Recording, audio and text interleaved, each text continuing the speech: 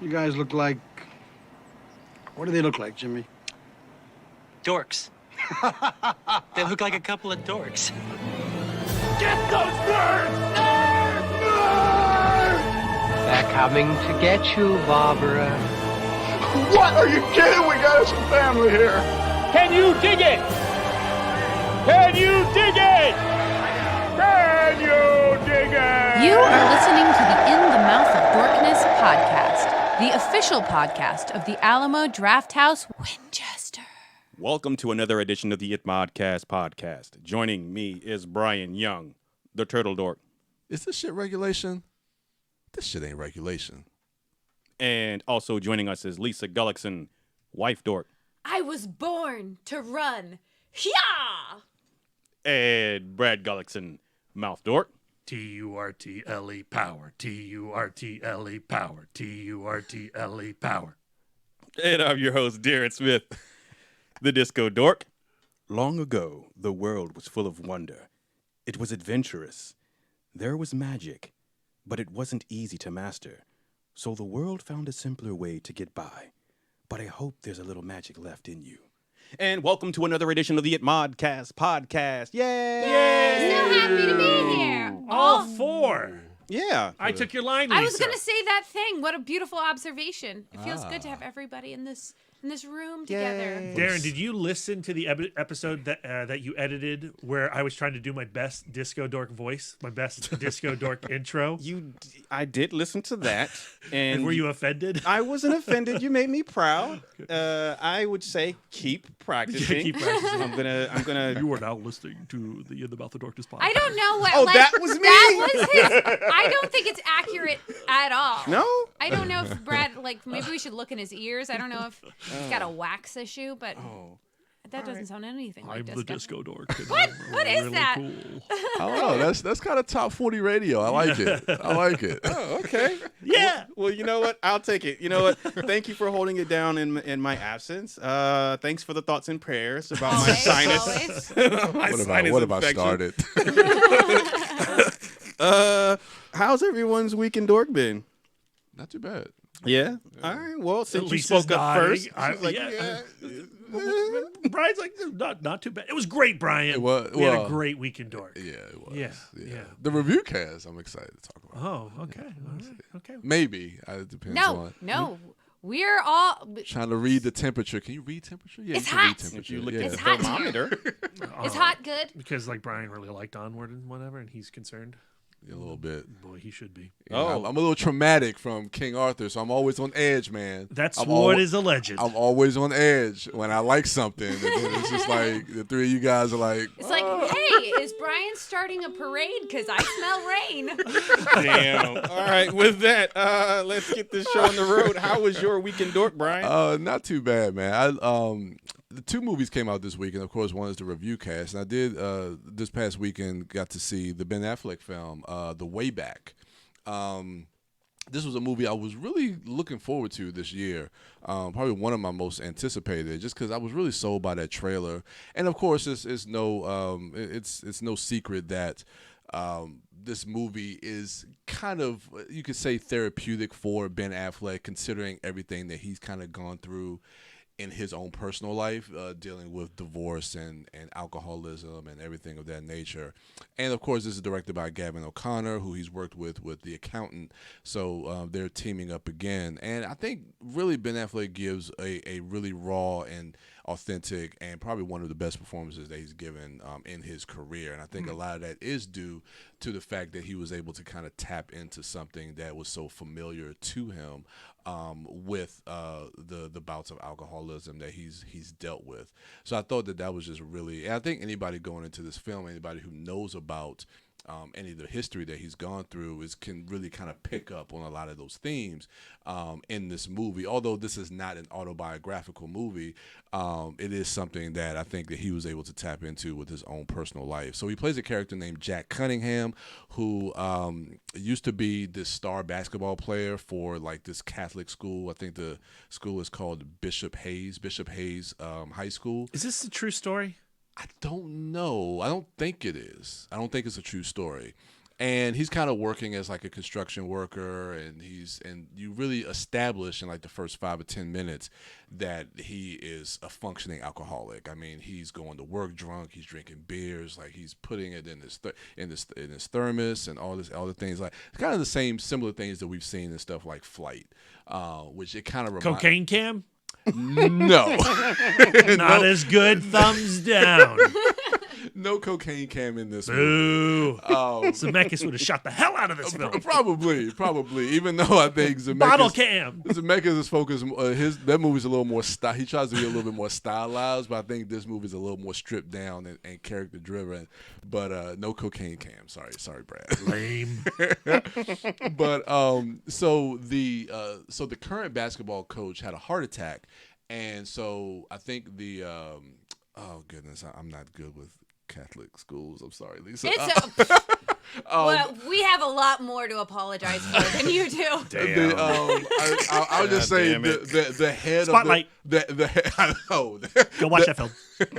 The head of the school comes to Jack Cunningham and says, you were one of our star players. Our coach just had a heart attack, but we want you to come in and fill in for this team. The team's not that great, but we would love to have you come back in. He's like, look, I'm not a coach. He was like, I haven't played basketball since I played here at the school, and so he decides to take on the job of the head coach, and he coaches these kids. And I don't know, man, like a lot of the basketball scenes, and especially with the kids, I really found it kind of bothered me a little bit, because I thought that the way they portrayed some of the kids was a bit two-dimensional. Like, okay, you got the one kid that's always late. You think he's too good for the team, and then you got the point guard who's good, but he's struggling with his own confidence and stuff like that. And it was just coming off like a bit two-dimensional. But as the movie kept going along, it really kind of settled in, and I really found myself really being kind of endeared to a lot of those characters. And so I think a lot of that really worked. And it's interesting, because my fear was that the movie was going to focus too much on his alcoholism, to the point where, like, to me, when I think about a movie like Flight, I think that was almost to its detriment, that it just kept kind of repeating the same beats about Denzel, and it's like, okay, we get it, like he's doing this. And I know sometimes those are the behaviors I don't remember anything about that movie other Flight. than the cocaine cam.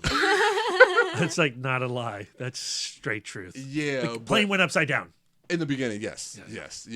But it was things in that movie where it was just like it was just hard to watch, because he kept repeating the same cycles. And I get it, because that's part of being an alcoholic, because you just keep kind of repeating the same cycles.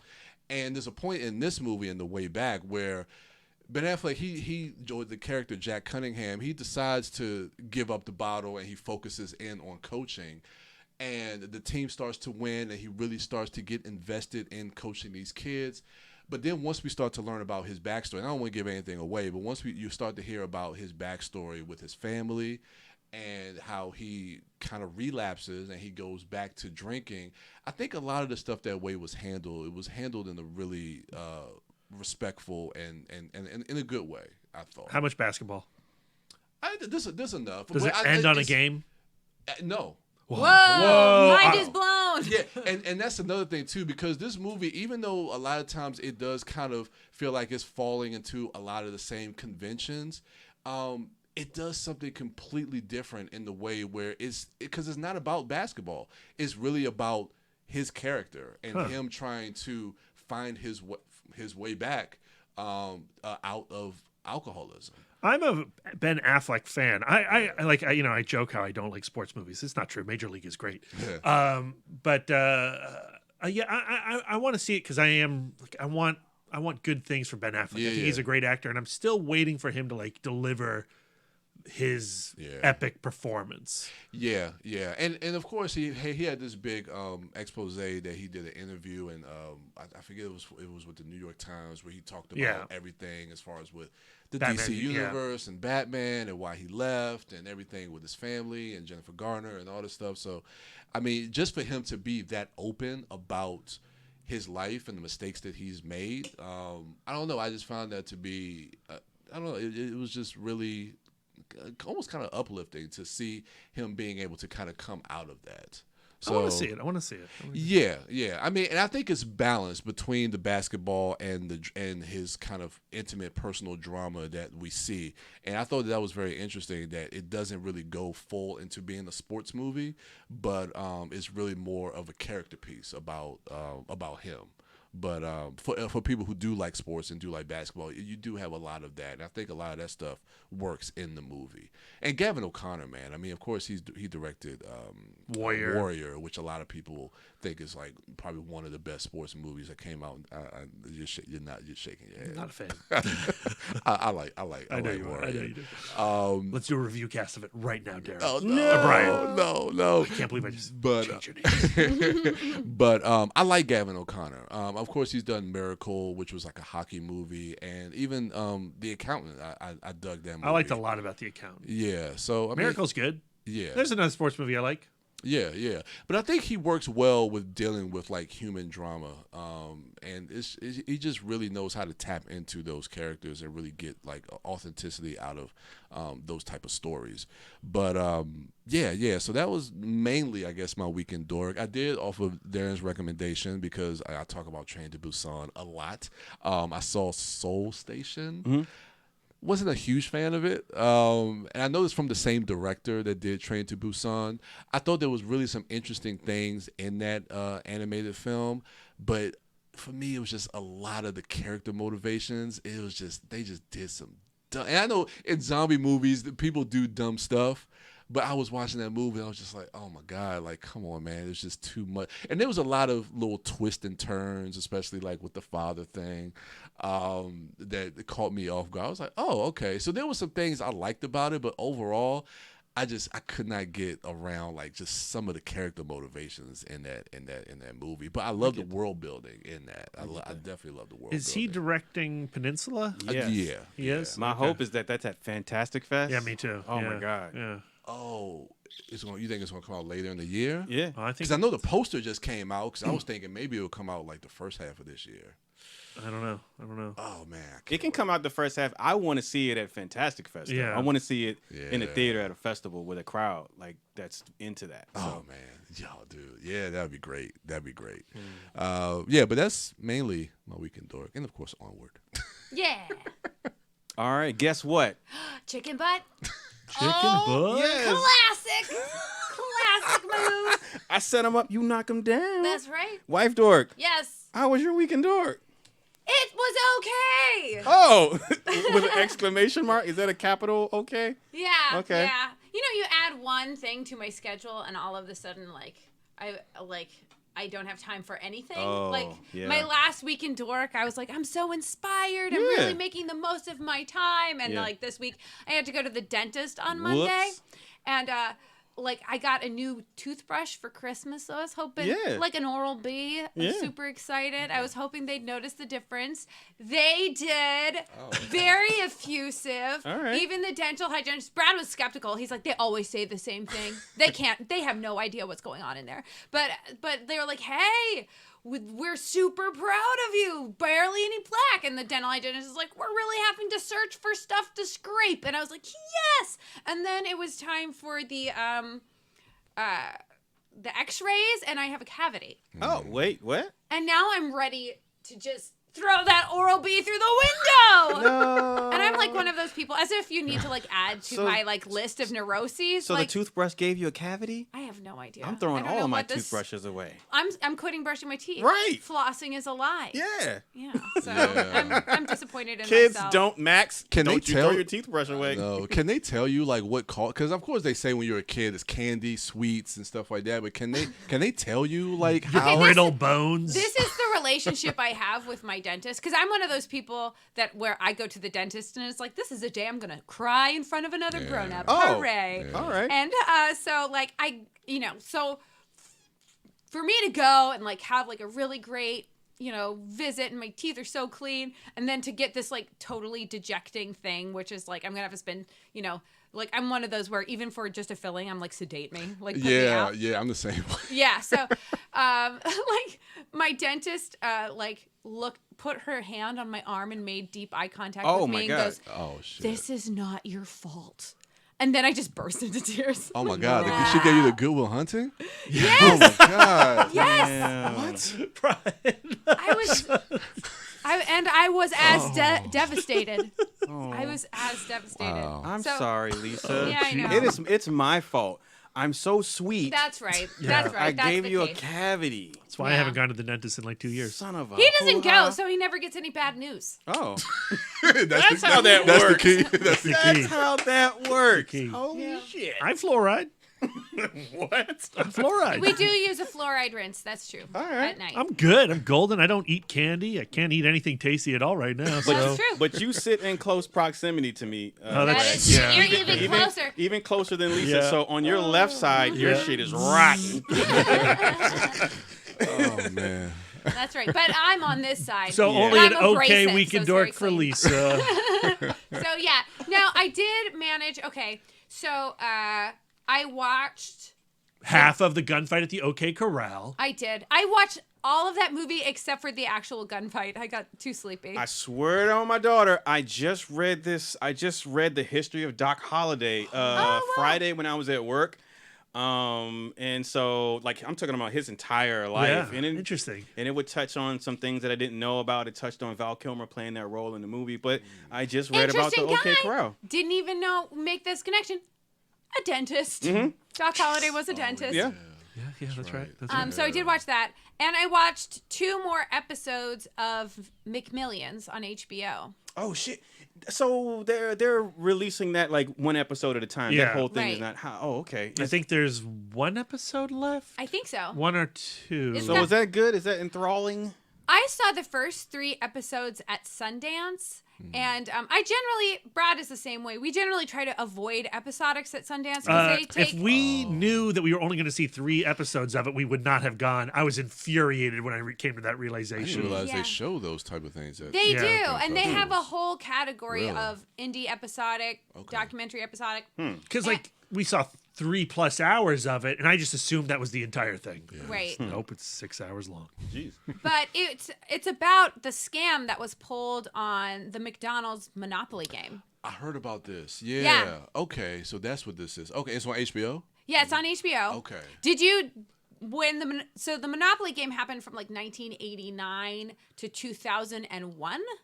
Never forget. And so and so when I was growing up, I never really got to do it because the only time we would go to McDonald's is if we were like on a long car ride. But then in high school, my friend Amy got a car and she was like super into McDonald's Monopoly game, and we would drive around and I would give her all of my pieces, and it was super exciting. And then it just kind of went away. Yeah. And this is the reason, like over a decade of time. More than a decade. Yeah. That's what I said. I said over a decade of time, Right. which is technically more than a decade. Don't correct me. The Well, I'm rage just will saying come out. It's over and over a decade. I'm Yeah. just, it's like it's over, way over than a decade. Well, in that entire time, there was virtually no legitimate winners. Yeah. That's nuts. And so McDonald's, I got some like sandwiches. yeah, but I mean of the million dollar prizes. When we eat McDonald's, aren't we all winners? I don't know. And like the people who were scamming this particular promotion, like were doing it with the attitude of like, well, somebody is going to get these $1 million prizes. They ended up like scamming McDonald's out of like $24 million. But their logic was like, well, why would McDonald's is going to give the money away anyway. Why are they going to care or even look into where this money is ending up? And it was like that for years. Wow. For years. And it probably never was going to be discovered, except there was an anonymous tip. Somebody tipped the FBI, and some person just like wrote like McDonald's Monopoly scam on a sticky note, and then Special Agent Doug Matthews. This guy is the best. He is like the kind of guy that you're afraid goes into the FBI. Yep. Where he's like a little too enthusiastic. Yeah. He really, really wants to be out in the field, but he seized this sticky note and he's like, I'm going to make this my mission. And they uncovered this massive conspiracy of people selling the little winning tabs. Like, so these weren't even like, fakes or anything like that. These are the like actual game pieces. I read about the process of how the winning tab is printed and how it's transferred and stored, and like the goddamn multiple levels of security. Yeah. You got to press the 2 buttons at the same time to get into the room. Security's only as good as your guards. Yeah. That's right. Yeah. Well, we don't know. Like, so there's one more episode left, and there is one more mystery left. And so I still don't know how these pieces are getting into the hands of the network that is distributing Jerry these. Jacobson. No spoilers, Brad. Well, that's not a spoiler. Because that's like in the beginning of the... That's a spoiler because there are people who have not even watted the first episode. Oh, I'm gonna forget it. Well, I didn't hear what he said. Please so do. He said Jerry Jacobson. Stop! That is a pretty memorable name. It's like the second episode. The way the documentary works is it's mostly talking head interviews, but everybody they talk to is like such a character. Like, are these people the ones involved in the actual scam? Yeah. So it's really the entire FBI team that was involved with the doing the investigation process. I love Amy Murray. She was from the McDonald's marketing department, and she was involved in many of these sting operations, where like some of the best material are like they would set up like a situation where they'd have one of the winners come and do like a little promotional like interview so that they can put it in commercials. And so this woman, Amy Murray, is asking these people these questions about, hey, what's it like to be one of the winners? And you just watch these poor people, some of them poor, some of them just are greedy, like sweating and lying through their teeth. It's really intriguing to watch. And then it really plays with your sympathies throughout the whole thing. I think that that's the triumph of this documentary is like you really do like waffle between empathizing with the people involved with the scam, not all of the people, there's some evil shit going on, and kind of judging them.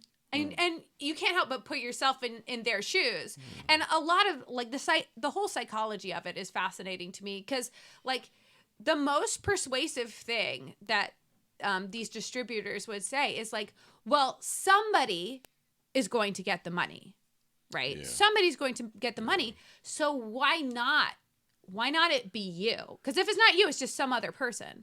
And then as this kind of Hydra network like kind of grew, then the persuasive move was, well, there's been no legitimate winners before. This is the way it has always worked. Yeah. And the fact that it went on so long is like impressive. But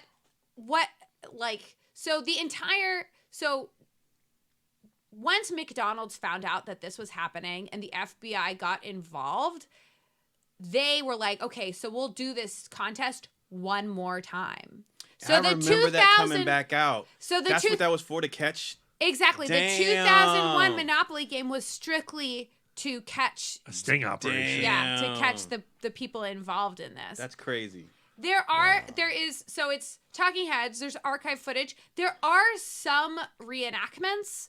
Most of them are kind of like, where you just see somebody hand an envelope and but it's a very playful documentary. It is. It's whimsical and it's you're either going to go with it or you're not. Brad, there's one moment of reenaction where Brad was like, that's deceptive. You shouldn't be recreating fiction. And I'm just like, I don't know. I think that that's the way it could have happened. But so Brad has more issues with that. I mean, I'm still riveted by it. You didn't like the depiction of Ronald McDonald? Yes. Probably my only complaint is like, my only criticism is like, does it really need to be 6 parts? Yeah, yeah. I've been like, Netflix is like tearing up their streaming service with docu-series after docu-series after docu-series. And I'm a sucker for all true crime stuff. And Darren and I were talking about this before we hit record. And I just often wonder, like, couldn't this have just been a movie? Couldn't this have just been 2 hours rather than 7? Well, the thing with, like, the McDonald's scam is, like, it lasted for years. And it had to go through different stages because, like, for the first 8 winners, like, it was a pretty tight network. But then, like, it had to, like, branch out. So, like, there is this kind of sense of it kind of getting unwieldy, and it goes into communities that you would not expect. But a lot of the documentary is just kind of introducing more and more winners. And then there is, like, one particular character who's kind of like a second-tier thug who really leaned into his gangsterism a little harder than the other people involved. And they go way into his story, which I feel is a little bit of a diversion. I mean, it takes a long time to get out of that story. Yeah, so to me, I think that this could use a little bit more. But they do a great job of, when the episode comes to its end, it's like cliffhanger, boom. Okay. You need to watch the next episode. And you're like, what is this, The Outsider? There's something in each episode that will blow your mind. Wow. Like, you find yourself, right. like, really just getting deeper and deeper in. And what I appreciate is that you get the satisfaction of a true crime type docuseries without the nightmares. Brad, right before bed, he likes to just lean into the absolute darkest shit. Like, it's true. Just the other night, we're getting ready for bed. No, not that and one. Brad I can't even remember what the title of that doc was. starts this documentary, and it's just this woman tearfully telling her, like, my 13-year-old son stabbed my 3-year-old 17 times. And I'm like, okay, I'm going to bed. What? You watched it? I couldn't watch it. He It was couldn't. too It was sad. too dark. It was too sad. It was too dark. It was like a sibling on sibling murder. And it was just, I couldn't take it. But this Amazon Prime. McMillions involves very little violence, though there is some, Yeah. because whenever you get Gangsters. greed and thuggery involved, like, things go awry. But you get the conspiracy corkboard with the yarns and the networks and all of that stuff. And there's mind-boggling revelations, and there's betrayals. And, so I'm excited to watch the last episode this week. All Because, right. like, how these little tabs are getting out, that's a the huge question mark in my mind. I'm excited to have that Uncle Jerry. curiosity. Well, as we're Satisfying. recording this on the Sunday, tonight is the season finale of The Outsider. So Yes. Jennifer and I, we as I said before, this is our weekly thing we watch together. Oh, yeah. So we're like, all right, well, what are we gonna watch? We're already anticipating like what we're gonna watch next. I think McMillions will hold us over until like Westworld. That's a season 3. good Yeah, call, it's a good because call. again, like, it's a fascinating one, but it doesn't feel as like She's not crying on the phone with me as we're watching the trial of Gabriel Fernandez. Dude. She's audibly sobbing, and I'm just trying to console. I'm just like, baby, this is rough. but yeah, so McMillions seems like we'll be able to enjoy it and laugh about it. Better It's choice. fun. Yeah. It's really fascinating. Like that whole entire scenario. It's I was extremely like fascinating. Lisa said, I was so into that game. You're like, I gotta get that Bark place. Yeah. Like, I've got a boardwalk. Can I get the And Bark place? then it's never going to happen. It was never Well, meant to happen. it increased McDonald's sales by 7%. Can you imagine how crazy. many billions of dollars that is? That's insane. It's enough dollars where they can just give $24 million away Yeah. to who, God knows who. Yeah. So funny. That's crazy. Right. So I'm looking forward. Thank you, Lisa. I'm looking forward to checking that out. Yeah, Man. do. Yeah. All right. I'll discuss it with you. All right. Maybe on this pod. Yeah. Briefly, because I've talked about it a lot. That's okay. Yeah, thanks. All right. McMillions. McMillions. It's is going great. in the queue. I'm adding it to my watch list. Do. Brad, how was your weekend, Dork? A capital OK? No, capital GREAT. GREAT. It's an acronym for great. Are you just trying to outdo Lisa's capital OK? Yes. but I also had a better week in Dork than Lisa did, Oh, because wow. I didn't have the whole dentist thing, because I don't go. But they do ask about me, I hear. They do every single time, and then they always it's clear. Like the first time I went in, they took a picture of me, and so every time I go in, they're like, "Hey, you got a haircut." And I was like, literally, it's been 5 years. Can you please update the picture? Like, it's just like, you know, it would be like, hey, you got tears all over your face. I know. It's like this every single time. It's not your fault, Lisa. Yeah, no, I had a great week in Dork. If you listened to last week, I'm in full turtle power mode. Yep. I feel like I'm gunning for that Turtle Dork title. I'm coming for it, Brian. It cannot be seized. Brian is the ultimate. But with our screening of Ninja Turtles, the 1990 film, at the end of this month, like I have gone turtle crazy. And I'm reading the comics in a way that I've never read before. Like I've dabbled with it in the past, but now I'm like full on obsessive. I completed the first trade paperback of Teenage Mutant Ninja Turtles Urban Legends, which is the IDW color reprints of the Image comics from the 90s. I talked a lot about that last week. On the back half of that story, so as you may recall, if you listen to the episode, Donatello is now a cyborg. Yep. Raphael is a melt face and wears Casey Jones's mask. And it turns out Splinter is turned into a bat.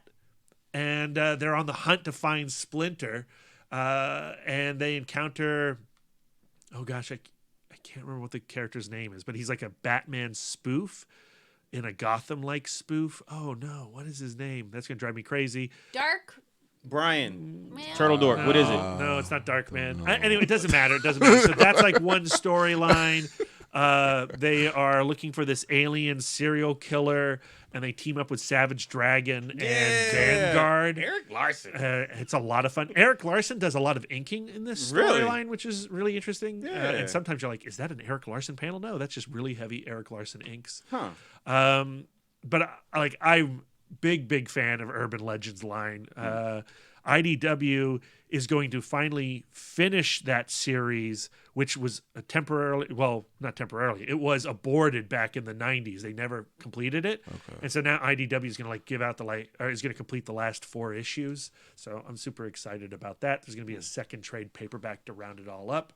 Are you going to go into like the crossover stuff? Like I just saw like the Turtles are becoming Power Rangers. Did you see that? Well, I mean, I'm probably going to buy. Is that a merge too far, Brian? No, that's perfect. Oh, okay. Exactly. Those were sounds of bliss. Yeah. Waiting for that to be collected in a trade, and I probably will read it.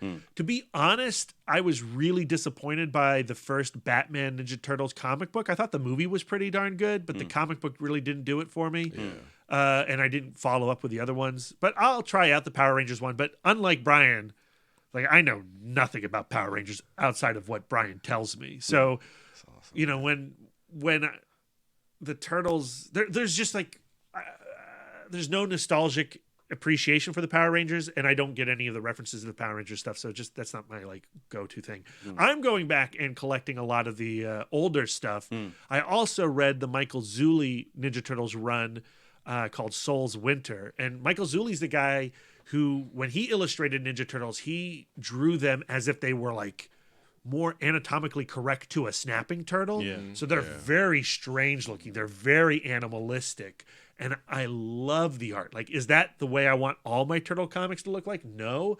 But I love this guy's interpretation, and I like checking it out for a little while. I would read more Michael Zulli turtle art if it existed. And it's a really crazy story about Shredder invading Splinter's mind or the astral plane a little bit and infecting each other, and then they go to war, and the Foot Clan shows up and it cuts off one of the turtles' arms. But the way Michael Zulli writes it and the way he draws it, you don't know which turtle is which. So you're like, well, which turtle is the one with the missing arm? I don't know. And they all have katanas for some reason and not their usual gear. So it was like hard for me to like track the story of it a little bit, or the characters or the geography of everything. But just art-wise, I loved it. And I liked how supernatural it was and how weird and creepy and gross, because there's this animal god that comes into play, but the animal god is confused because he's like, well, you're not quite turtles, you're not quite humans. What the hell are you, and why am I even here? Why do I care what you mutants do? Yeah. And so that was pretty cool. And I'm about to read the big 12-issue arc called City at War that was part of the original run. The IDW run. Yeah. And I mean, it looks awesome. So I'm excited about that. I'm excited about Ninja Turtles. We've got 3 weeks until our screening on the 29th. And 5 seats left. Yeah. And only 5 seats left. So head on over to the Alamo Drafthouse website and get those seats. You're going to want them. We're going to have cool prizes. Someone's going to come out of their shell. It's them. It's going to be a lot of fun. So I'm fully pumped on Ninja Turtles right now. So this, I'm actually looking at it on Amazon. So this is just a reprint of the Image. Yeah, so run it's from the 80s. It's the 90s. 90s. It's the Image run, but colorized. So the Image run was black and white. Yeah. And so they've gone and they've recolored it, and it looks nice. I'm really impressed by it. You have the black and white one, don't you, B? It's that big thick collection, right? Oh yeah, I think I do. No, I don't think I bought that. But like, I didn't buy that one. It has incredible consequence, right? Yeah. So when Donatello falls out of the helicopter and lands on his shell, he is obliterated. His body is obliterated, and he melds with this cyborg. And for the rest of the series, he's a cyborg. Like, he's not getting repaired or whatever. In fact, where I'm at in the story, his turtle body has died and his soul has expired, and the cyborg consciousness, the artificial intelligence, is the only thing piloting it. And so the brothers are like, Donatello's still in there, and the cyborg's like, no, he ain't. Like, he's gone. That's similar to something that happened in the IDW run too. I wouldn't be surprised. I remember the controversy around that particular. Excuse me. Oh, element. I'm sure if you love like these Ninja Turtles and you read like in the first issue, as I said last week on the episode, the first page is Donatello getting shot in the back with a shotgun. Yeah. And he doesn't just like walk away from it, and then Raphael gets his face melted off. And so for the rest of the comic, he has either Casey Jones's mask on or he has an eye patch. Yeah. This isn't, oh, he's dead and he comes back. But I'm sure, I guess he did because they rebooted it with the IDW series. But within the context of this particular run, it's fine. This is all happening. Yeah. And like you go, oh, is Splinter going to get better or is he now just a bat? Yeah.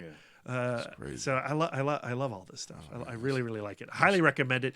The writing is very 90s, so it's very Image Comics. It's very 13-year-old boy talking, and there's Shredder's daughter's walking around, and she's like in a string bikini with spikes. It's very, very cheesecake. Yeah. But if you have a high tolerance for 90s trash plus Turtles violence, I highly recommend it.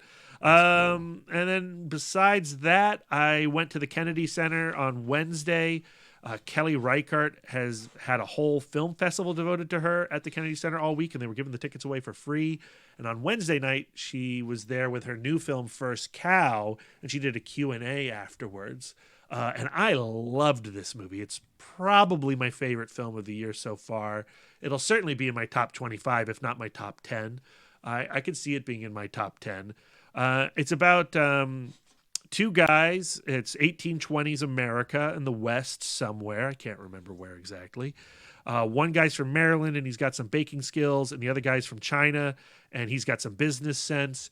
And the guy from Maryland's tired of eating soda bread. He just wants some real food, and into their camp wanders a cow.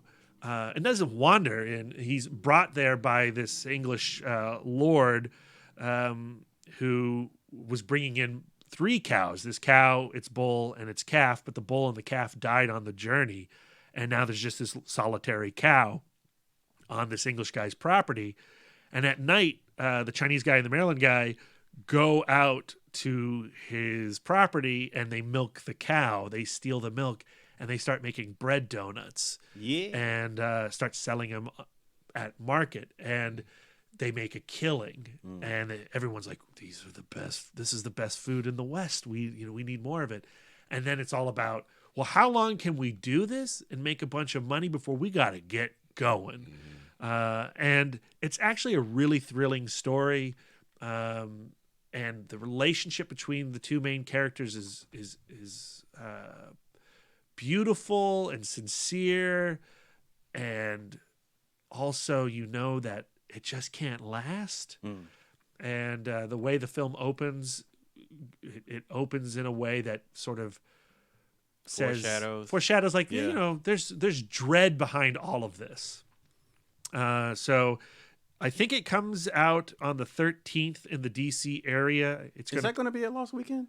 No, it's not going to be at Lost Weekend. It's certainly going to be a film club movie at some point, I would guess. Okay. And I've seen several Kelly Reichardt films, and I like them. You know, Old Joy and Meek's Cutoff, but First Cow is without a doubt my favorite of hers.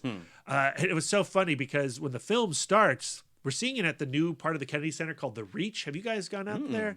It's this new building that goes underground. It's not part of the rest of the Kennedy Center. They got a nice theater in there, but like when they projected it. And the way First Cow opens, it has a very traditional credit sequence where it's, you know, black, orange letters on black.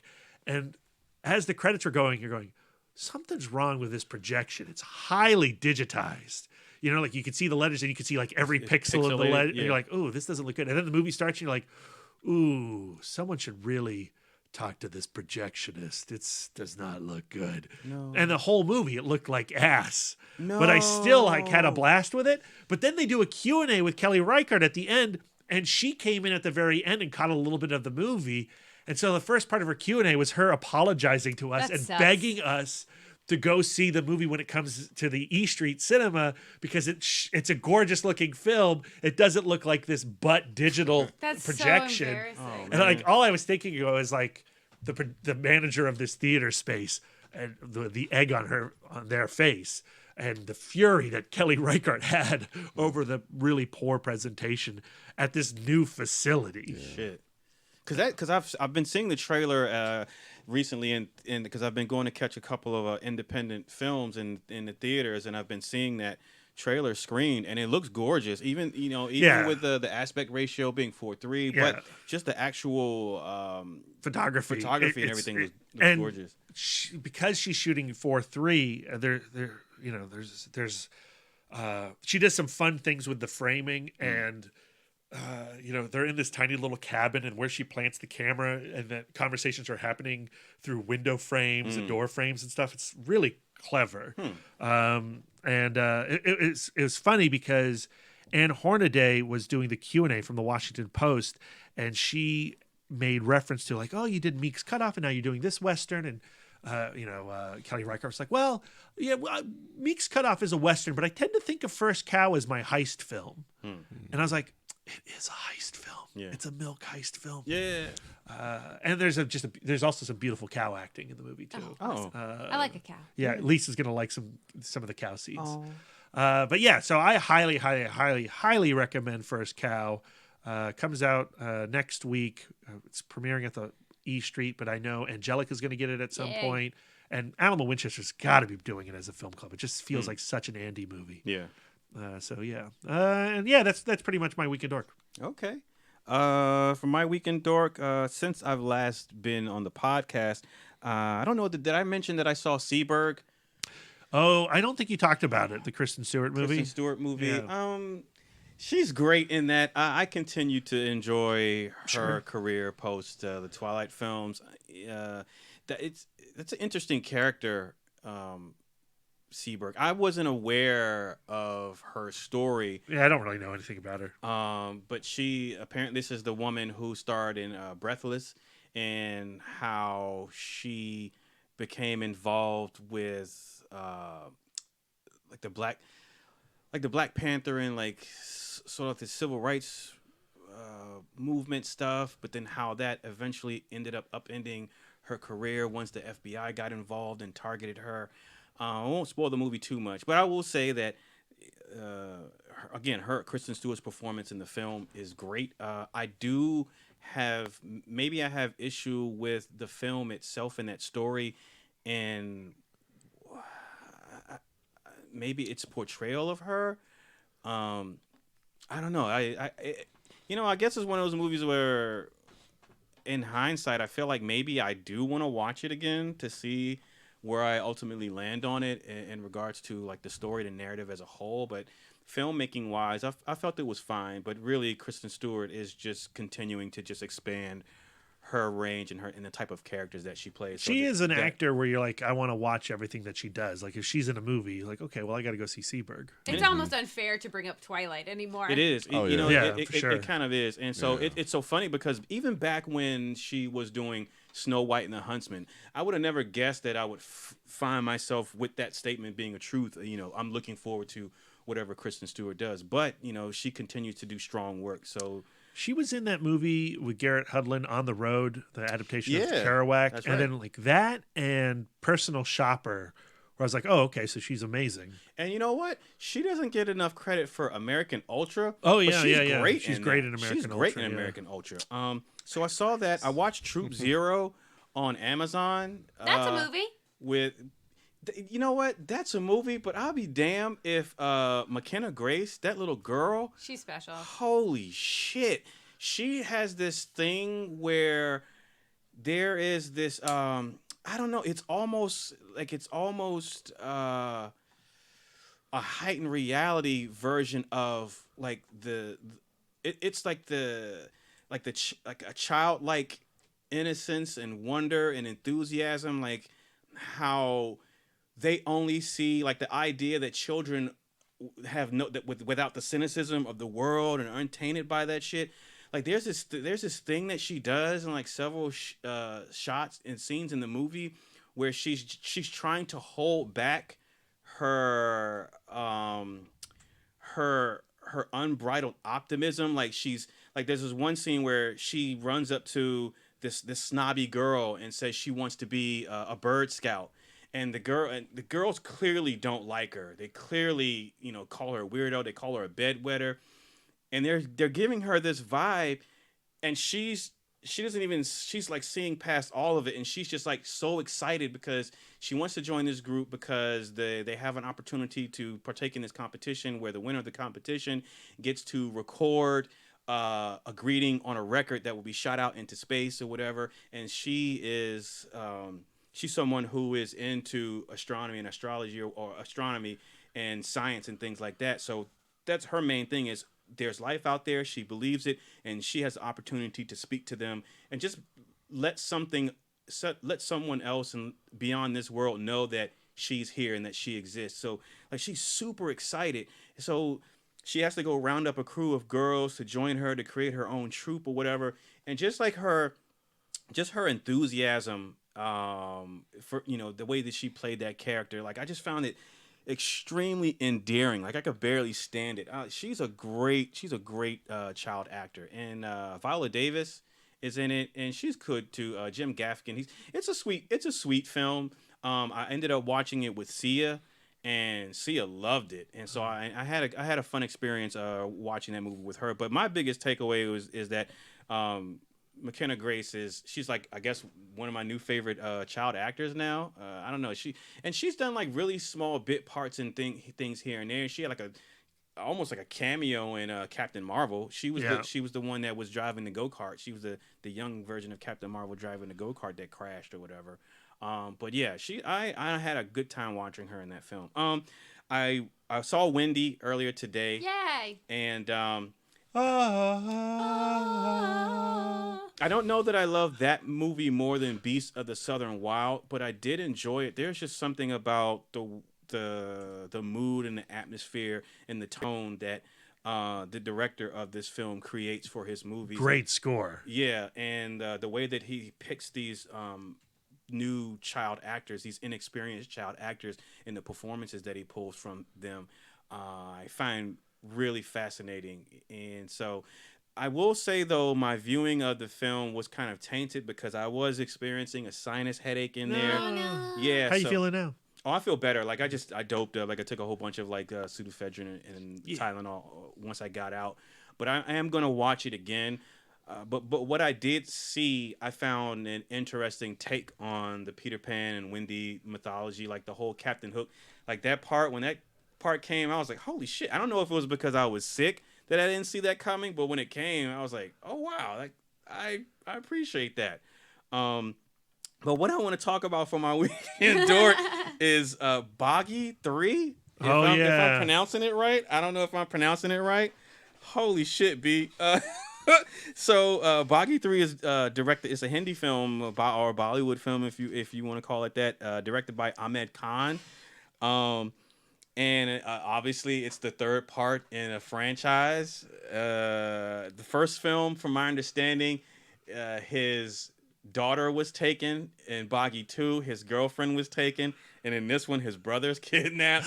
So... He's a real Liam Neeson. Right. Don't get too close to that guy because you'll get taken. Yeah. Yeah. That's the only similarities that there are to Liam Neeson. So I've seen bits and pieces of Hindi or Bollywood films here and there. I've never seen one theatrically, and I told Brad this the other night. And so I understand that. With it's a different type of. I don't want to say a different type of film language. I want to say, when in regards to cinematic language, I would say Bollywood or Hindi films have their own accent. So we would have, like, when you look at film languages, I would say, the 3-act structure of a film is something that's almost universal in film language. But how you tell a story within the context of that 3-act structure, different countries have different accents, almost like, regional dialect, and, how you say a word, you're saying the same word, but you sound different, and you get a different feel when you say it. And so Bollywood or Hindi films have that, right? So it's kind of similar to the difference between the heavy melodrama of a Japanese film or Eastern film, as opposed to the subtlety of Western or American cinema, right? We a lot of films over here practice the art of subtlety, and in regards to like acting, and the greats like a Daniel Day-Lewis won't necessarily shout something. He'll enjoy the quiet. He'll enjoy the quiet. He'll portray something or try to get something across, maybe without saying anything. Whereas in Japan, they'll lay on the melodrama, and it'll be vocal, it'll be guttural, right? And so it'll be external, and it's just two different ways of basically saying the same thing, just getting a point. And so Bollywood films have their own cinematic language or their accent in that. So I saw the trailer for this, and I was thinking it was going to be a serious film, but, just heavy on the action. And so I go in, and I firstly was surprised by the comedic tone. But the reason why I was even interested in seeing the film in the first place was because what was striking about it was the action sequences in the trailer. And having seen the movie, I will say they do stuff in here, action choreography wise, that they're not even doing in Hong Kong. They're not even doing in Indonesia. They definitely don't do over here in America. There is some badass shit that goes down in these movies, right? But one thing that they do in Indian cinema or Hindi cinema is we'll have if we want to tell a dramatic story, we'll have like our A24, like our pictures that are geared specifically towards that, to get into like drama and things like that. But then if we want to, satisfy the appetite for some Bayham, then we have our Michael Bays. We have that specific movie. And if we want our comedies, then we'll have Kevin Hart and The Rock be in like an action comedy or whatever. Well, in the Bollywood, they'll incorporate all those things. They want that. They don't want to go to 3 different movies to get that. They want those experiences all in one. Kitchen sink cinema. Right. And so having an understanding of that, I think you can find something appreciating, because now when I say like, the action comedy, like when they put the comedy in, and they literally play that up to the point where it's almost our version of movies that spoof, like Airplane or something, like not Scary Movie, yeah. Or the Loaded Weapon movie that spoofs action movies. It goes to almost that extreme, but at the same time, it's self-aware. But because they're also serious about the drama and the character relationships, it doesn't go over that edge to spoof territory. Like, because they do have respect for the relationships and the motivations with the characters and stuff like that. So in this film, there's this cop or there's this guy, there's these two brothers, there's a younger and an older sibling. Kind of ties into almost our Onward discussion we're going to have later on.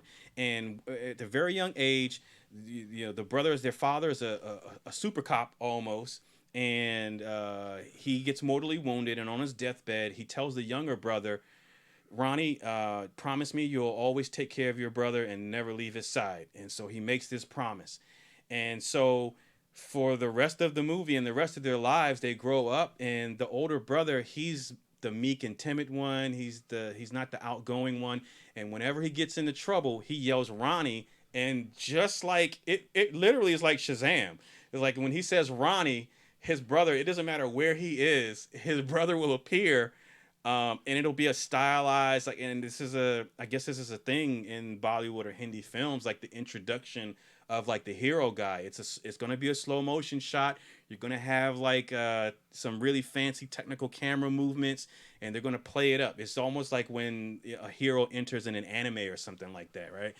So whenever he screams Ronnie's name, Ronnie comes in like in a very stylistic way out of nowhere, just like when Billy Batson says Shazam, and whoever was fucking with his brother just gets demolished. And the most stylistic, like it becomes like a Donnie Yen versus everybody in the building, like fight sequence with like as technical choreography. There's this one scene, there's this one move where it's going to be hard to maybe picture it. So Ronnie punches this guy. You remember in Batman v Superman when Batman punched that guy down onto like a headstand? Yeah. Ronnie punches a guy into a headstand to the point where the guy's back is facing Ronnie. So he punches him into the headstand, and then he hits him in the back, and he does a headstand backwards, like back slides. You laugh, but the way that it's shot and the way that it looks, it doesn't look hokey. It looked like some shit that you would expect to see like in a Marvel movie. Like, damn, like it would be if Spider-Man did that to somebody, or if the Thor did that, or the Hulk did that to somebody, we'd lose our shit. So that was the thing that I was struck by, was how well all of these like unique action sequences and the things that they had Ronnie doing, like, and he's doing some outlandish shit. Like he literally is inhuman at this, like his ability, his agility, like the stuff that they have him doing, it's just outlandish, right? But it's no more insane than anything you see The Rock do in the Fast and Furious movies, right? At this point. So if you go into these movies watching it like with that level of enjoyment in mind, I think, and you know what, and if one of the cinematic accents of Hollywood Bollywood films, you may or may not already know, is they have a dance number, maybe more than one dance number or sequence in the film, in their films. And I knew that going in, and that was maybe, to be honest, that was always one of my hesitations with watching these movies, just seeing a dance number come out of nowhere. But at the very least in this film, within the context of it, Ronnie's the older brother is getting married, and so the dance number happens in this film at the wedding reception. And first of all, the way that it's shot is amazing. Second of all, the music itself is really good. Third, the Ronnie, the super buff action figure main hero dude, he can fucking dance his ass off. Like the choreography isn't like silly, like it's really, you can tell like just as much emphasis as they put on the action sequence, they really care about the performance aspect of the musical aspect of it. And like that dude was freaking good. Like I'm talking about like Step Up to the Streets good. Like holy shit, this dude, he can fight. His body is like an action figure chisel. And he can freaking dance, and so I found myself really enjoying that. And how long is it? I didn't know. I just looked at it now as I pulled it up on my phone. It's 2 hours and 23 minutes. Okay. Is there an intermission? There wasn't an intermission, and from my understanding, that's another piece of Bollywood films that they tend to be long, like over 2.5 hours long. That's a normal runtime. I want to say I had to search to feel it. It was just not so much going on, but you were having a good time. I was having a good time. Yeah. So my thing is like now, and the cool thing is that for a long time, Tyson's, Arundel Mills, Fairfax, there are a bunch of locations in this area for the last 5 years or so. Yeah, Regal Town Center. They've been showing these types of films. I've been seeing ads for them for like a couple of years now, but I always felt like, this is not my thing. But now I'm telling you, like, I'm gonna go see it. And I know, like, the humor in it sometimes falls flat to me, but I genuinely appreciate the smorgasbord, throw everything aspect of their particular film language. And even though culturally some things are lost on me, I do understand that it is a cultural thing. It's just like how I can watch our film, a Western cinema, but then easily switch over to Korean cinema, that they have their own sensibilities. Sure. Japan cinema that has its own sensibilities. Hong Kong comedy is not my thing. Right. And so because I think it's helped that I've been acclimated to foreign cinema, that I can slip easily into Bollywood cinema and recognize, well, this is the thing that they do, and see it from their perspective, and that it allowed me to enjoy it. So I guess I got a new thing now. That's so fun. Yeah, that's so fun. fun, We right? should all go because like Lisa and I, we had like a brief stint where we went and saw a couple of them. Really? But we fell off. We stopped doing it. And this is the movie that's probably going to get me to go again because it sounds like a blast. That trailer is nuts. That dude was fighting helicopters and like all kind of shit, but I had so much fun with it. So that was my weekend dork. Ladies and gentlemen, when we come back, spoiler alert, if you haven't seen Onward, go check it out because we're gonna talk spoilers. Trash it, Brian. We're gonna go trash see it. And bring your support for Brian. He's gonna need at least someone on his side. So it would help if a couple of listeners are on his side because we got some bad news for B. But it's okay. We don't all have to like the same thing. We can help Brian celebrate his individuality, right? All right. So when we come back from the break, ladies and gentlemen, Brian's like in the squeakiest chair. we're gonna come back and talk Onward and make Brian cry. Stay tuned. We'll be back after the break. Hey, this is Liz from People I Think Are Cool, a bi-weekly podcast where I interview my favorite creatives from across the globe. If you're looking for a dose of creative inspiration, then go to peopleithinkarecool.com or subscribe to People I Think Are Cool on iTunes and Stitcher. You like film, from cult to classic, from blockbuster to B-movies. And there just isn't that one place with all the fan fervor and passion that's covering the kind of mad, diverse brilliance that you love. Well, that's where you're wrong. AfterMovieDiner.com is that fan-built movie nirvana just for you, featuring the sweet, sweet writings of the wife dork herself. AfterMovieDiner.com. Go there. Be the best you can be. And we are back, ladies and gentlemen. This week's review cast is for Disney/Pixar's Onward. Before we get into this, I have to, because I'm a man of my word, I told my lovely lady that I would. So really, I'm just telling the dorks in the room, but listeners, because you are all here and part of our family, you're going to be privy to this information too. So because Jennifer and our relationship has gotten to the next level, and she's a fan of this podcast. She wanted her dork name. She said, okay. So she's a huge fan of The Office, like huge. Dwight Dork. I told her she has a plethora of names to choose from, which it's probably going to change. American or British Office? American. Oh.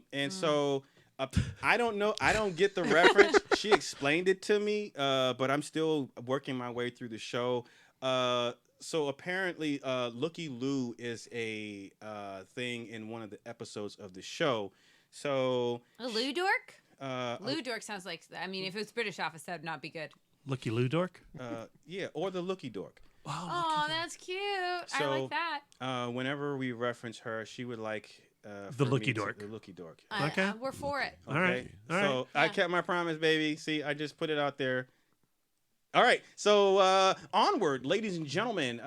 Brian, man, I'm going to apologize in advance. I don't know that Lisa or Brad feel the need to apologize, but I'm going to stand by my opinion of the film. But we'll get to that in a moment. Ladies and gentlemen, if you have not seen the film, go check it out. We're going to talk spoilers as we move through our round robin of the good, the bad, the ugly of Onward, starring the voice talents of Chris Pratt, Tom Holland. Is it Julia Louis-Dreyfus as the mom? Octavia Spencer. Octavia Spencer. And who is the Lena Waithe, Ali Waithe. Wong. Lena Waithe is in it. Ali Wong, Yeah, yeah. they play the cops. Dave Foley. That's who that is. Okay. All right. He's an additional voice. John Ratzenberger. John Oh, Ratzenberger. he's in every year. He's a staple. All right. Brian, the Yeah. good of Onward. Oh man, where to start with this movie? Well, There's so little of it. I know, right? It's interesting, man. Is So, it? okay, so well, I know we talked about this movie before it came out, and me and Brad had conversations where I know we were just like, we're just not on board with this animation. It's just not speaking to me. It's not like I can't find myself to really get excited With the character about- design? Yeah, just the animation, the character design. I think. Did you get a little DreamWorks in my Pixar here? What's going on? But you were thinking the same thing, weren't Yo, you? heck Yeah. yeah. I mean, also, I thought the trailer looked terrible. Yeah. There was nothing really appealing about this movie. Not But- just the design, but the- also the When comedy you of it. guys said we were going to do this as a review cast, I was just like, really? Lisa was going for I was that going Emma. for She's Emma. like, Right? Emma review cast. My dreams are coming true. Yeah, so I wasn't really kind of feeling this movie. Hmm. And all of a sudden, like once I started kind of hearing the concept, and I was like, this is my story. Like this literally, I'm a broken record. I talk about this all the time. I don't and think you do. I I think apologize. you think about it all the time, but I don't think you tell the story all the Yeah, time. I know, but sometimes maybe because I think about it, it's always in my head. But I don't know, man. It feels like Pixar like snuck into my bedroom as a child, observed my life, and then wrote this movie. That's inappropriate. That's awesome. I know it's crazy, but the family dynamic is literally my family dynamic. A mother with two sons, a father that's passed away. The youngest son has no memory. The oldest son has a few memories, which is like me and my brother. You get to bring your father back for one day with a magical spell. So I don't know, man. Like everything about this movie just kind of hit home for me. And watching this movie, I couldn't kind of get away from the fact of kind of thinking about my own family, thinking about my brother, thinking about my mother, thinking about that idea of bringing your father back for one more day, and ultimately where this story kind of swerves and goes, where you think it's about them bringing their father back, but it's really a movie about their brotherhood. And Pixar does what Pixar does best, and they got me. And I knew going into this, I was like, all right, I know it's going to pull at the heartstrings, and when you get to that moment and when you get to that swerve, and I know I'm moving a little bit ahead, but these are the things. It's a spoiler cast. Yeah, it's a Everyone spoiler knows the cast. ending. But yeah, when you get to that swerve where you're following Ian's character, and you're thinking like this is about Ian finally having a moment with his father, it kind of comes. Technical difficulties. Go ahead. Test 1 2. There we go. Yeah, so when you get to the story with Ian and his father, or Ian finally being able to see his father for the first time, and you get to that swerve where it becomes about Barley being able to say goodbye to his father, and Ian kind of sacrificing, his own desires to want to meet his father for the first time, then I don't know, man. Like something about that just really kind of hit me in a different way to kind of really make me think about my own dynamic with my own brother. Because, like, for me personally, I don't have any memories of my father. But I know because when my father passed, my brother was 6. So, of course, just like Barley, he has his own memories that he's had and probably held on to. And I don't know, like, whether he got to say goodbye or whatever the case may be. But I don't know, just that whole idea I thought was just really, really sweet to me. But yeah, man, like that whole thing, I thought just throughout the whole film, I just found myself identifying with so much about this movie, and it's so rare you find a film that is almost identical to your exact life. It's just weird. And Pixar, man. Pixar did it. It's just, and I don't know, and that's why I say it's biased to me, because I just think like this movie was always going to speak to me in that way. Because of that connection, there was a possibility where it is telling your story and doing a terrible job of it. Yeah, possibly. Yeah, it could have made the film even more difficult to appreciate. Yeah, I think it could have. But can I ask you, like, when in the film you were like, "Oh my God, this is really like landing it for me"? You know what? A lot of it even with the opening scene when he comes downstairs wearing his father's sweatshirt. Yeah. Like that hit, and just even the dynamic with like, because me and my brother aren't necessarily that close, but like the idea of him being embarrassed by his brother, like when he's at school and his brother drives up with the van and he's trying to ask his friends to come over for his 16th birthday party. How about that scene where the stranger recognizes his shirt and then it turns out that stranger knew his dad, and then he tells him about the purple socks, and then now he has this piece of information like, and he wants, Dad liked purple socks. My dad wore purple socks. I get that all. Like, that even destroyed me. That moment is really where I was like, oh my God, that's so good. Because as a kid, like when you have no memory of a parent and then you meet somebody who either went to school with them or grew up with them, like I even hear that from my aunts, like my brother's sisters. Like they'll tell me all these different things about, oh yeah, he used to like to sit on the floor and eat on the floor. I was like, oh, and then like when people say like he used to chew his tongue, I was like, oh, I chew my tongue. It's like, so it's just like I started to learn different things, and it's just like, oh, it's like, oh, you want to know more about this person that you never knew, and it's like you just try to like get as much information as possible. So yeah, that moment definitely hit me hard. So yeah, it was just a lot of stuff, and even the scene with Lena Waithe where they have to put on that spell where they have to disguise themselves, and it's like, okay, like the spell only works if you continue to tell the truth. But then like some of the truths about how Ian feels about his brother starts to come true, and how that could like starts a rift between the two of them. And that's something I also, and you know, it makes me kind of look at myself as well, as far as like how I look at my own brother and things of that nature, and wanting to be better in that way, because you know none of us are perfect. But I don't know, man. It's just like they got so many different things right. Even the fact that, and it's so weird. It's probably getting a little too, but like the idea of their mother having a boyfriend, and like I remember like when they did the kiss and the guys were like, ugh, like I don't know, like for me it was like my mother never had like a relationship after my father, at least not that I knew of, because she was just always about her business. She was like, I gotta take care of my sons, I'm not worried about relationships, any of that stuff. But it was just always weird to me. It's like I couldn't think of my mother having another relationship. Like to me it almost felt like it would be, well, as a kid it almost would feel like it was a betrayal. But as I'm older now, I realize that, you know, you have to move on with your life, and you know that was part of their mother going to, you know, this new relationship with the character, I forget his name. Maine. Yeah, her main man. Her main man. But yeah, I don't know, I just kind of identify with that, because I was just like, no, you're not, no, you can't date nobody else. But yeah, those are the things I just kind of connected with, man. This movie just spoke to me in all those different ways. So right. I guess that's my good. All right. You want to tell them? I loved this movie. We love this movie. I was completely, like, I went in with a severe skepticism that maybe was a little unfair.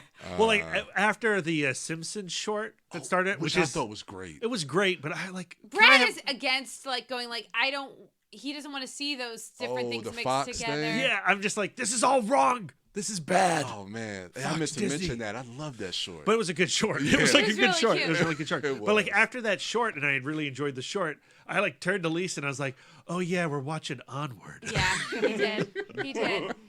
And but yeah, like and we couldn't not watch it without you in mind as well, and feeling like going like, I wonder how Brian feels about this, and I wonder if Brian parallels about that. So having that extra element of insight, and knowing that you were moved by the movie, like it endeared us to the movie even more. So I appreciated that so much. You know, like it's interesting when you have a friendship for a long time, and especially like a friendship that's also connected through pop culture, like with movies or what have you.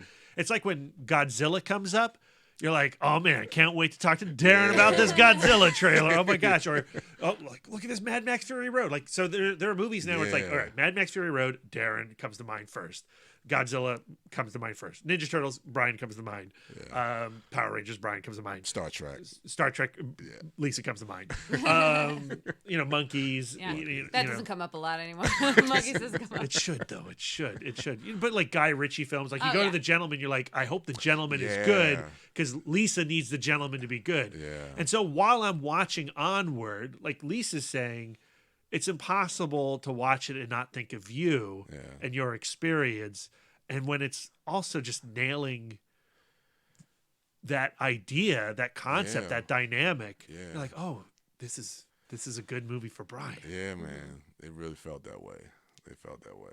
But on top of that, I really also enjoyed the character of Laurel, the character of Mom, played by Julia Louis-Dreyfus. And I love the fact that she was actively part of the adventure. Like, at the beginning of the film, she was always encouraging her son. She always had this attitude of empowerment and self-betterment despite the trauma that she's gone through. Yeah. And then when she finds out that her boys are missing, she is on the road immediately and she is on her own quest. And I loved that about her. And then to watch her team up with the Manticore, this character played by Octavia Spencer, who had lost touch with her own power and her own magic because of like the change of culture. Seeing these two characters team up and go after her and she's boys. A retail warrior. Yeah. I just found that so cool because on so many of these like kid quest adventure movies, where are the parents? They're sitting next to the phone. Like, that's true. It blows my mind. Like at the end of Big, her son had been missing for weeks, and then like we see her again, and she's not destroyed. You know, like it like so to see the mom character like really live out what she was saying at the beginning of the movie, like when she was doing her, you know, jazzercise in front of the TV. I am a warrior, and the fact that she had the opportunity to live up to that, I really, really enjoyed.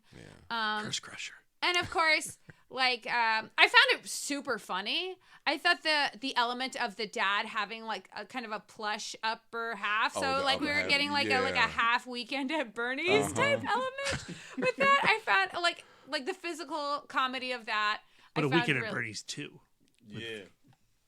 Okay. Because he's alive. Because he's alive. And then I thought that when Bailey got shrunk and then he was like all of a sudden unshrinking, I just found that just super funny. Oh, when he started to come back. Yeah, I just found it really Lisa funny. let out such a cackle when his head went large. Like this huge cackle. Like the only sound in the theater was Lisa's cackle. It really, I mean, it got me. And just, especially because I'm a nervous driver. So the idea of driving with distraction is just like so unsettling, and it just really got me.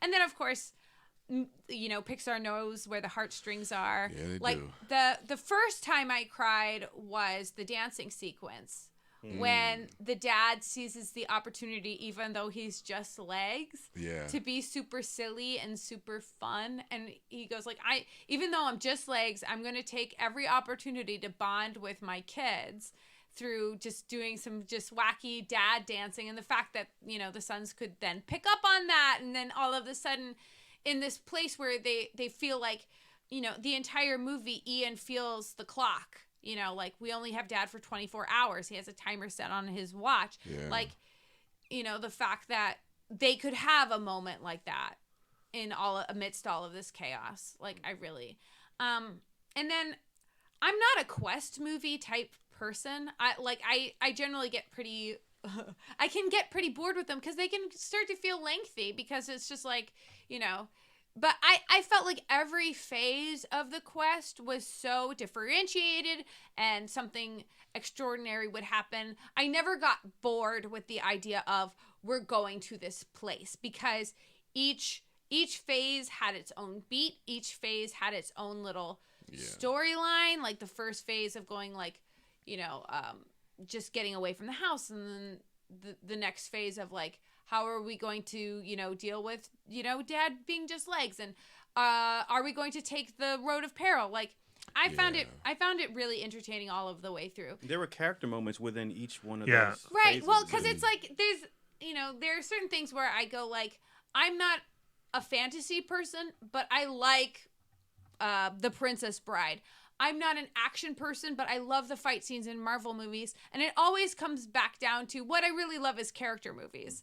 And I thought that this movie was primarily focused on who are these kids, how did they get to where they are, how are they going to interact under pressure. I also really liked the scene when he's under the spell and with the disguise. And like they in their relationship, he's really had to disguise like his kind of disappointment with his brother, like not achieving more. Right. So like getting out of the jam of these cops are here to, well, we got out of it, but now I've hurt my brothers. Exactly. You know, like it's just it good was storytelling. really, really brilliant. And playing into that point is like not being like how you say you're not into like the fantasy elements, but I like how those fantasy elements, like you say, they play into the character moments, like the moment where they have to put the spell of disguise, or even the moment I'm thinking about is the bridge, like where that plays into Ian's character about his fear. And how he has to walk across with that spell, but his brother is telling him like, "Don't look down, don't look down," and then he finally makes it across. I would be interested to talk to somebody who is super into Dungeons and Dragons type role playing games or magic cards or whatever, because I was never into those. Yeah. That was a world I didn't even have the opportunity to be invited into. Like it was like so remote for me. And I wonder if somebody who is into that thing would find the references satisfying, you know, like, because I mean, I know that it's not, because to me, I never felt lost in the actual quest idea. Yeah.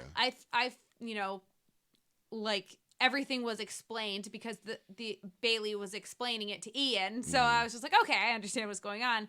I would wonder if somebody who is into magic cards or whatever would be into that. We're inspired by it. Okay, that was my good. I'm sure there's more. B? I mean, to follow off of that note, I also really appreciated that it's a film about dweebs. Yeah. You know, like... And different flavors. Yeah, right. Different flavors. Like the premise of this fantasy world where magic was a thing and something to aspire to until someone created the light bulb and electricity came in and turned everyone lazy. And made magic disappear from the world. But then there's Barley, who like is obsessed with the past and wanting to preserve the fountain because that was a historic fountain and we should remember the history that got us here. And that history taking the forms of magic cards and Dungeons and Dragons. But like Guinevere, his van. Oh yeah. And like so he becomes like this really like weird oddball character that his brother is like embarrassed by. So much so that when he rolls up to the high school and he's trying to make friends and he's having a difficult time making friends, here comes his loser brother in his loser van, shouting this loser talk about quests and magic. I found that all very relatable as well and moving as well. And like I don't know, I thought the premise was just really, really strong and built on, and helped build these characters a lot. And it was really funny. Like the jokes landed for me. Anything else that I can, going to the end where you've got this like Escape from New York Snake Plissken watch where it's like, we got to get out of here. We got to get there. We got to make this happen. Yeah. The whole point is so that we can finally meet Dad. And then the brother, the younger brother, realizing we're not going to be able to do this together. You should say goodbye to Dad. And Barley's has this trauma of never have gone to the hospital room because the tubes that were in his dad were terrifying and he never got a chance to say goodbye. Yeah. And to see Barley finally get to say goodbye to his dad through what's the main character's name? The Ian? Tom Holland character? Ian, thank you. Yeah. I was calling Barley Bailey, so I apologize. Ian Fix that in post. having to fight the dragon to help the mom and the manticore, destroys the dragon, the rock dragon, and he's in the rubble and he's watching Barley meet his dad through that little window. Like what a powerful image. Like, yeah, that is good. That's a good swerve. And That's to good see it storytelling. from Ian's point of view. So Yeah. you never really. Right. I love it. Right. And then Barley having to come back and say how his encounter was with Dad. Yeah. And then saying, like, you know. Oh man, and the list. Yeah, and like what a I saw that payoff coming. Okay. But I was like, oh, this is a good payoff. This is a good payoff. I figured it out when they were playing catch. They were playing magic catch. I was like, oh, Barley is his real dad. Yeah. I get it. Like, just so awesome. Yeah. So awesome. So yeah, I really, really, really enjoyed it. And because I'm watching it knowing you have just watched it, and I'm just going like, all right, this is a good Brian movie. Yeah. And because it's such a good Brian movie, it's a good Brad movie, you know? Yeah. Cool. So there you go. What about Darren? That I feel like that moment where they have the switch where Ian makes it about Barley being able to say goodbye. I feel like that works so much for me because, and this is my good, I mean, in addition to everything that you all just said, but what I want to add to it is just the characterization of Barley and his relationship with Ian. Like it could have easily been the generic antagonistic older brother relationship to the younger brother, but I found Barley super endearing because he was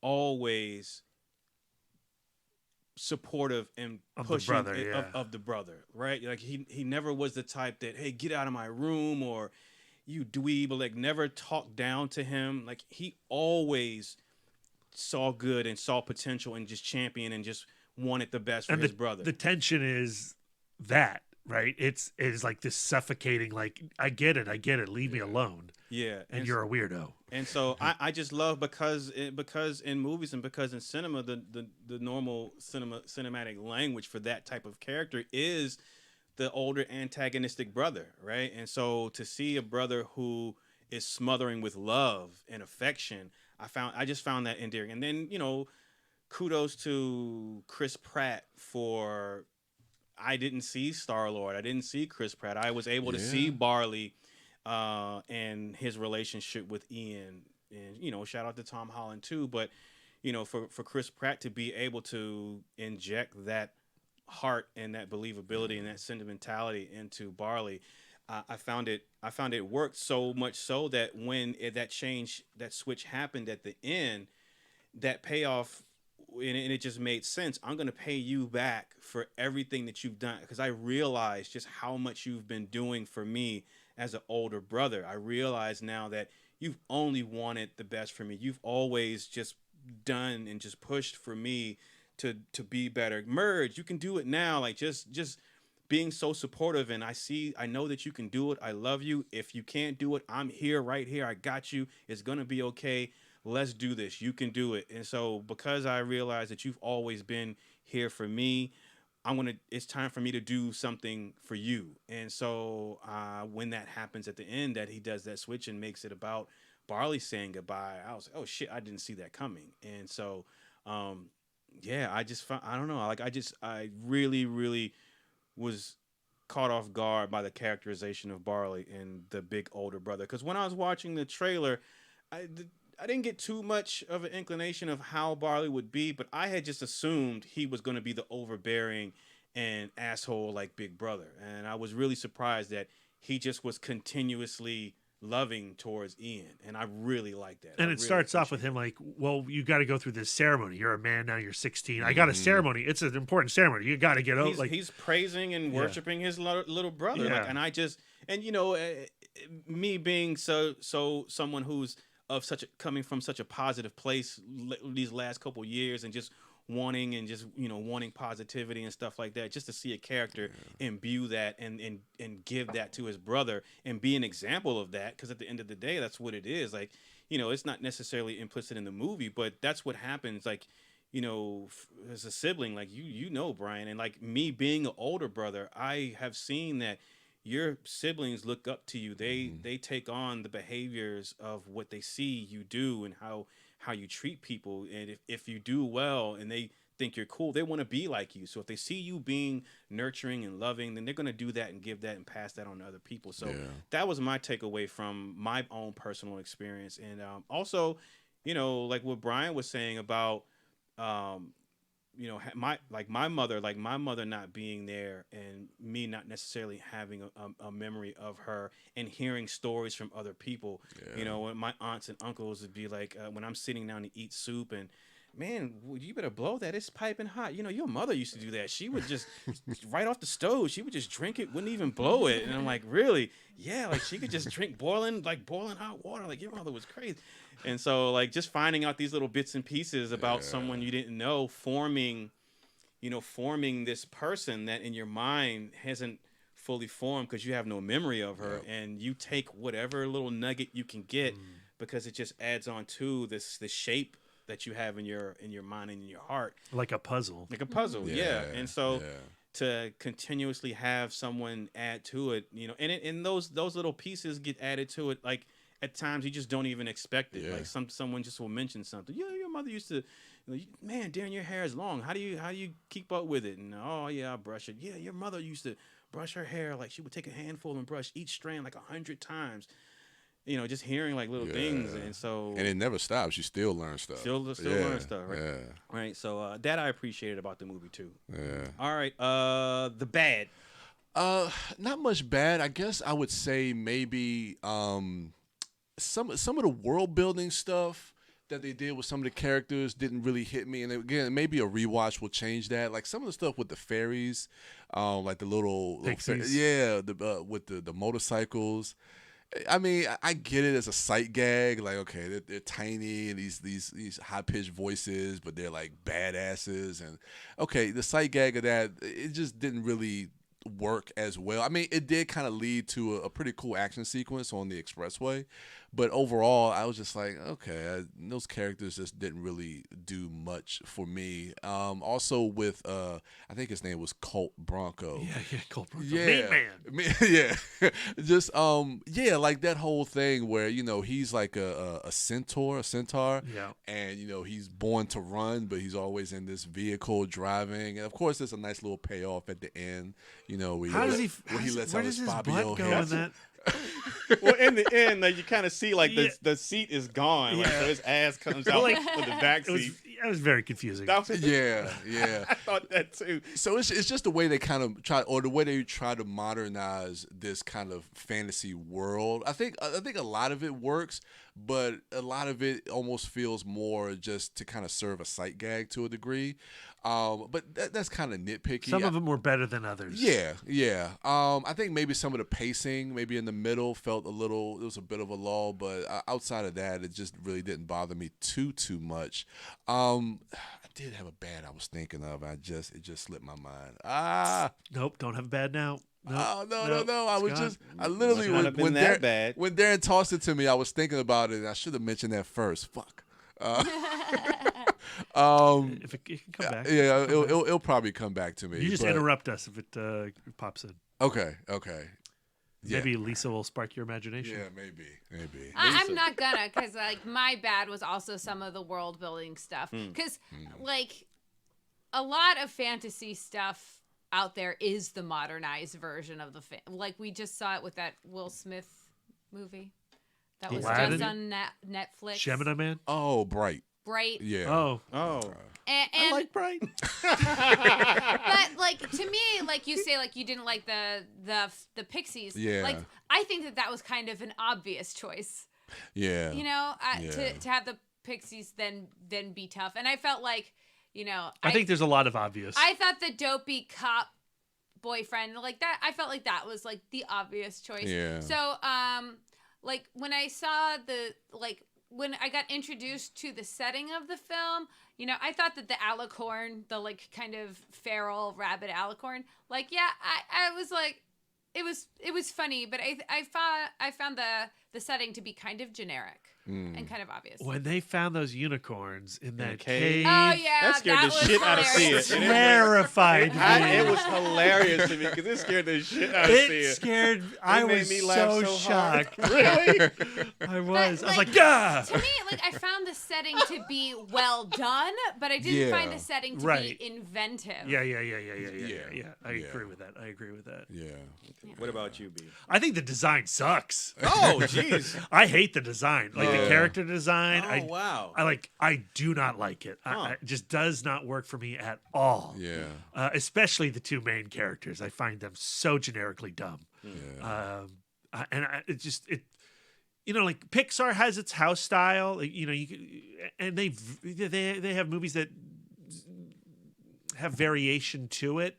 And my joke at the beginning of this having like a very DreamWorks. I mean, it has a very DreamWorks house style to it, which seems really strange to me. Yeah. But the screenplay feels Pixar, right? Yeah. Like the screenplay really feels Pixar to me. But the design, I just didn't like. I hated the look of the pixies. I didn't even like the look of the unicorn. Like I just don't like anything design-wise. Yeah, I'm kind of with you. I mean, it goes back to what we were saying prior to the movie coming out, just with the trailers and the look of it. That's why I didn't have that excitement going into it because it just didn't feel or look like anything that, The one design I really liked was the rock dragon and the curse in the center and how it took the mascots of the high school as the face of the dragon. I was like, okay, that's pretty cool. Yeah. I like that. And then in the pawn shop, the snake lady. Oh, yeah. I really like the snake lady. Yeah. And I really like the voice work of the snake lady. My other bad is I don't like Chris Pratt or Tom Holland. I think they're good, but they are like that's all I hear is Spider-Man and Star-Lord. Okay. I'm not saying that they are bad. They did their job. I was emotionally invested with their performance. They worked for me. I just would not have cast them in it. But that's also like, I wouldn't have cast like Jack Black as Kung Fu Panda, even though I love Kung Fu Panda and I love his performance in Kung Fu Panda. It's just that celebrity kind of voice casting just doesn't work for me all the time. At the same time, I thought Julie Louis-Dreyfus was really good as the warrior mom. I thought Octavia Spencer was really good as the Manticore. Yeah. And maybe because they're more character actors and their voices maybe a little less recognizable to me, that's probably helps. But like Tom Holland wasn't as bad as Chris Pratt. Like Chris Pratt, I'm like, I can see him in the booth when he's talking. I can see him recording his performance. Okay. So I would have changed that probably. But mostly, I just really dislike the design. Yeah. All that being said, I loved the movie. Yeah. I remember my other bad. I guess there you go. You're welcome. Thank you, Brad. Again, this might be a little nitpicky. I wish they would have had more time with the dad. I like the ending of the movie, but I guess personally, because as the movie was going along and it was starting to hit sunset, you're like, oh no. I was like, oh man, they're not gonna have a lot of time. I guess maybe that's just a personal thing. But that's also the good of that ending. Yeah, it is. But part of me is selfish. I was like, I wish they had more time with their father. Yeah, that was it. That was fun. Okay. The pawn shop old owner, talk about character actors, was played by Tracy Ullman. Oh shit! I love that. I had no idea. Gross. It was so gross. All right. One of my I forgot a good. The sequence when Barley sacrifices Guinevere for whatever reason. Oh yeah. So good. They kept cutting to the mural on the side of the van. Yeah. For some reason, like that just was touching to me. So I really like that. As far as the bad, I won't even say that it's bad. That's just the other three. That's one of the categories that we have. It's not necessarily good and it's not ugly. So, but it's kind of what you said.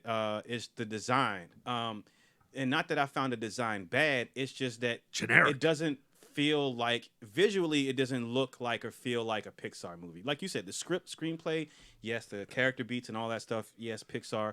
But visually, it doesn't feel like a Pixar film to me. And again, I'm not saying that that's bad. But you look at the trailer for Soul, right? Now, that feels like a Pixar movie. That looks like a Pixar movie. Yeah. Man, I can't wait for that. Yeah, that looks amazing.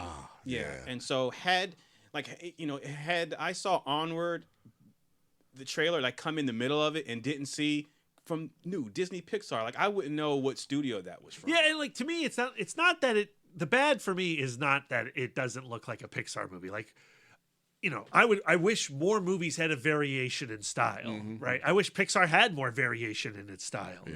I wish DreamWorks did. But to me, the design of this is so bloody generic. Yeah. It's so basic. Yeah, it almost looks a little rushed to me. I don't know what it is about it, but something just feels like they just kind of like because you feel like you've seen them before. Yeah, that's probably it. Yeah. So that's all I got. And I think Guinevere. That was sequence, also an right? emotional sequence. Yeah. And when it cuts and all the rocks are on top of the it. mural. Yeah. Like, Yeah. So all right, the ugly. Oh man. all that crying Brian Your did at the face. end. Yeah, I would say that. Ugly Yeah. crying. Did you watch this by yourself? No, me and Lauren went to go see it, and yeah, I was. Shout out to Lauren. How's Lauren doing? She's great. All right, good. Yeah, and I turned out like at the end of the movie, I was like, it got me. Did she wipe your tear? No. I was able to get. You know, I Use was your able man to get hands. to- Use your man hand. You got it in there. You know, I try to hold them back at times, but then like sometimes like my eye ducts, or is that eye ducts? Yeah, Your tear ducts? Tear ducts, yeah. Eye ducts? It was like The nah, gooey ducks? yeah, they was like, no, I'm coming out. And You should come watch movies with Lisa and I, because we had that film and we're just like bawling. Yeah, we don't hold anything back. Lisa literally wiped her tears on my face. Like and then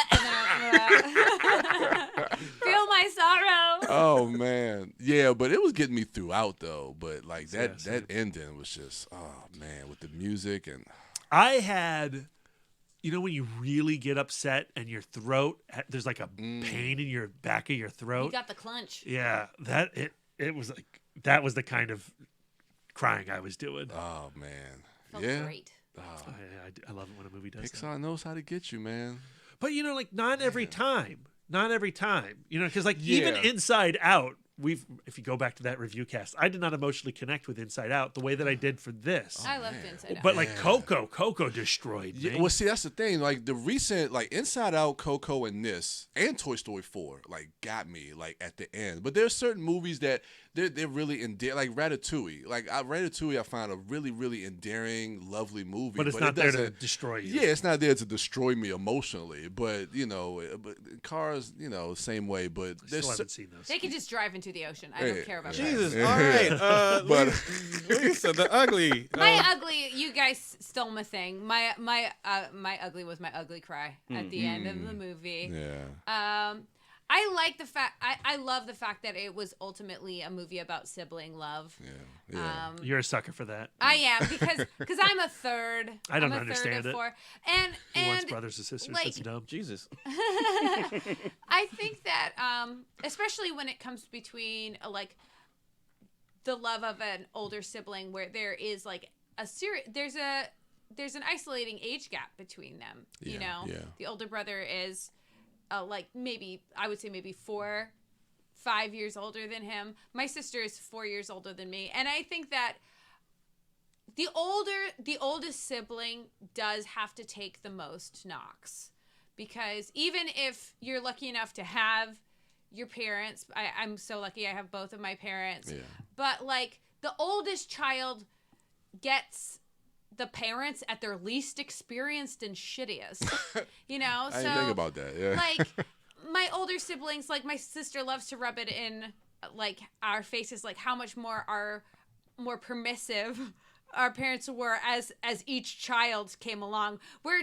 John is practically feral. Like at the beginning of the morning, Mom just opened the front door and John would just walk out, and then we would see him at dusk, you know, like, so I do think that like celebrating the oldest sibling for going like, you know, you like, and the fact I loved, Darren already touched on this, but how Barley's love for Ian really was selfless. Yeah. And when it turned out that it was his younger brother that had the magic, that you know, got that gene or whatever it takes, he was not jealous. He was never jealous. He was so stoked and so happy. I was shocked by that. Yeah, because I But thought that felt good. It felt right? great. It felt really good. Especially like after like the moment where like it really was Barley who messed up the spell because he reached in and he grabbed the staff, and you know, like, so, and this theme of like everything would be going fine if Barley wasn't derailing everything all of the time.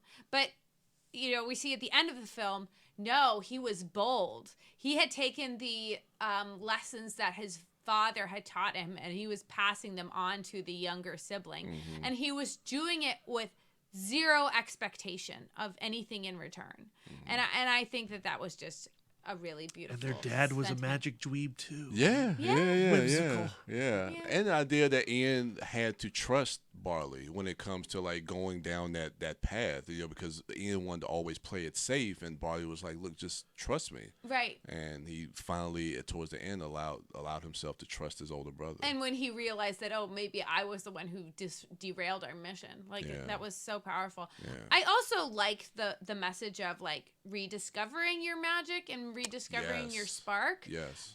That's something that resonates with me so much in my creative journey. And the idea of like when Ian, who was like the super introverted kid, when he found the spark inside himself, like what he went through permeated the entire society and reignited everybody else, the fire inside them, to get in touch with what makes them extraordinary and what makes life magical. Yeah. And I just like the idea of going like, you know, be your best self for you, but also be your best self for everyone. Everyone benefits from you embracing your weird or embracing your creative or whatever it is. Like, you being your best self and giving your best self is what inspires everyone around you. Yeah, absolutely. So I loved that. What about your ugly though, Lisa? I ugly cried. Did you see? And I teared up my face and I wiped it on your face. That's pretty ugly. I wanted him to feel how sad I was. He's very engaged with all of my moisture. All right. Brad, you're ugly. That right there. That's my ugly right there. Aw, don't say that. It's beautiful. It is. It's beautiful. It's beautiful. All that moisture. Oh, about the movie. My ugly was going to be the Tracy Ullman snake pond dealer. And when she gets the sting in the neck from the manticore, and she goes down and she's just lying there going. For a split second, I was like, wait, did she just kill her? I know, right? Yeah. Damn, Disney. But I loved that snake lady. Yeah. I thought she was really cool. Yeah. Okay. But also ugly. All right. In a beautiful way. My ugly is I don't think I have an ugly. What about that Disney Fox merger? Yeah.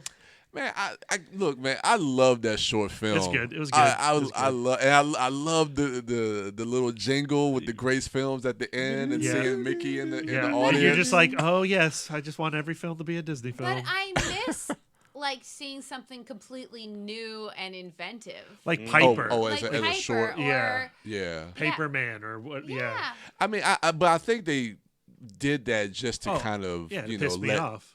Oh, Brad, we're gonna get some more. Just to let them know, like, okay, christen the merger. We own this is part of we own everything. I hope you like Die Hard because you're never gonna see it on the big screen again. Oh, Brad. Alien? What's that? Okay. That's my ugly. Brad's heart right now.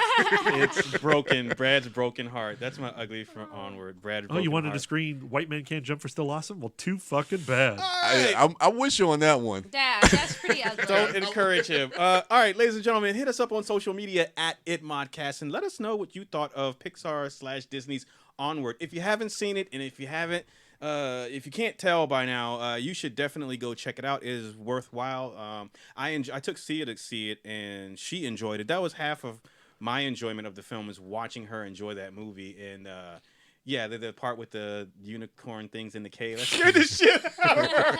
It made me laugh so hard. Oh my gosh!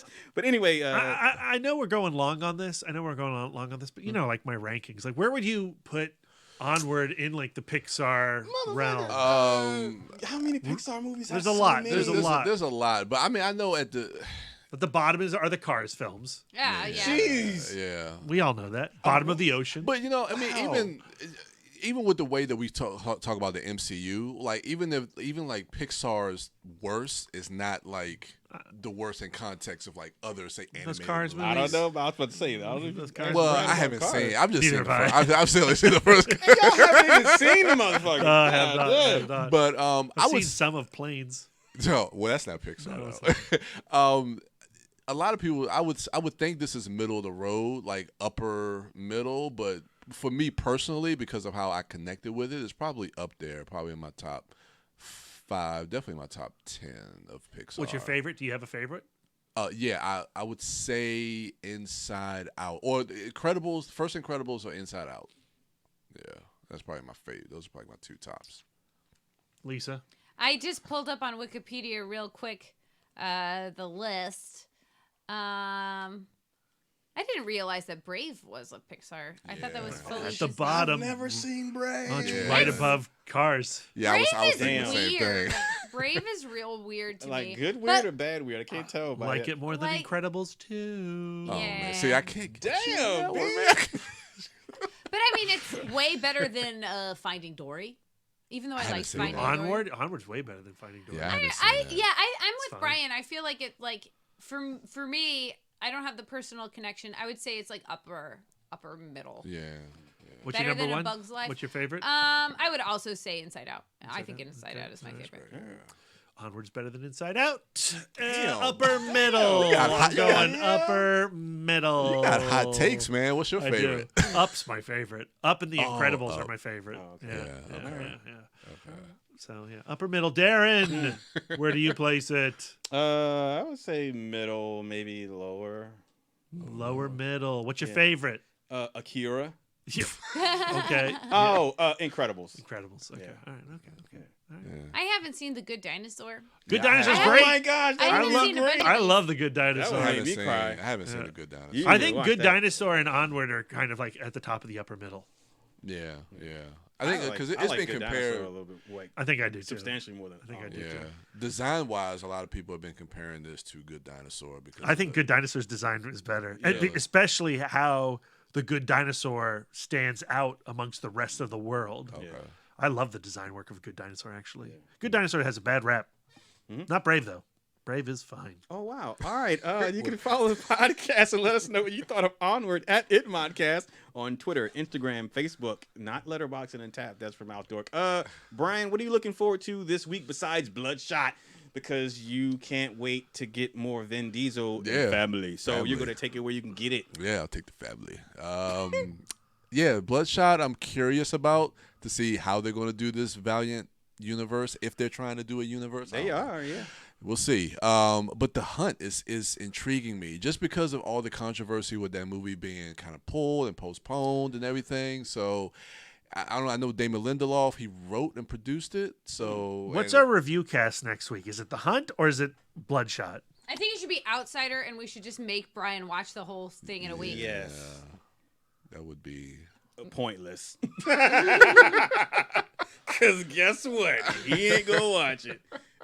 We'll have to decide that off air, I guess. Bloodshot or The Hunt? yeah. Blood Hunt.